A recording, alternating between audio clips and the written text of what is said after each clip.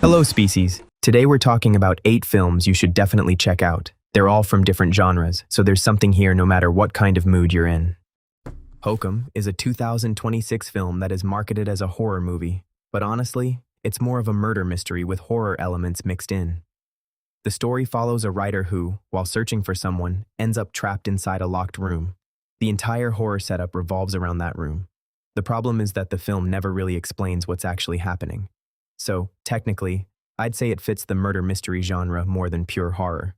The horror didn't work for me, though it might work for you. Captain Fantastic is a 2016 film that revolves around a family living deep in the woods, and I have to say, this film is absolutely fantastic. It's one of those movies that's incredibly fascinating to watch. The characters are so well written that you quickly form a strong connection with them, making the entire experience feel deeply emotional and immersive. After watching it, I actually started questioning my own school education.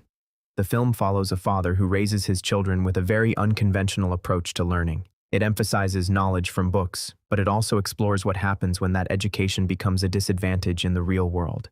That's the film's central idea, and it handles it brilliantly. You should definitely check it out. You won't regret it. Eternity is a 2025 film that isn't your typical romantic comedy. It's not the usual story about choosing between two people. Well, technically it is, but with a twist. The choice happens in the afterlife.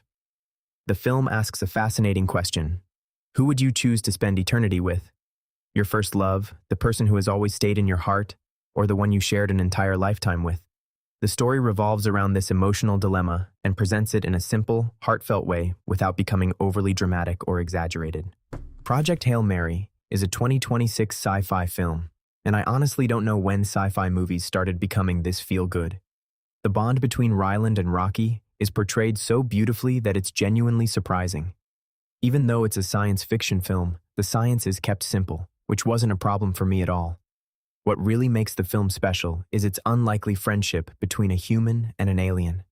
Normally, when we think of aliens, we think of danger.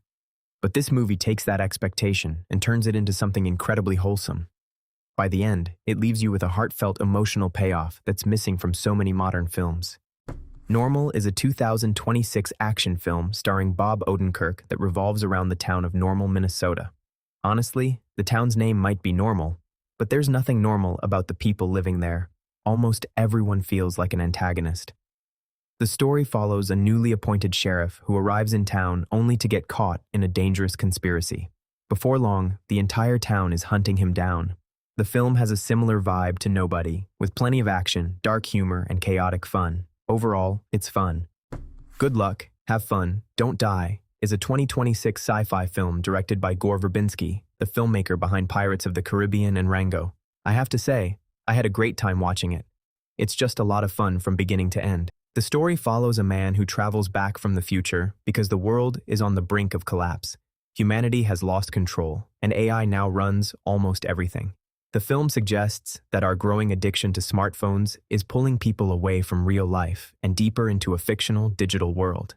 As the time traveler teams up with a few others to change the future, the film creates plenty of hilarious situational comedy, which is exactly what I came for. It also portrays AI as a genuinely dangerous force without losing its entertaining tone.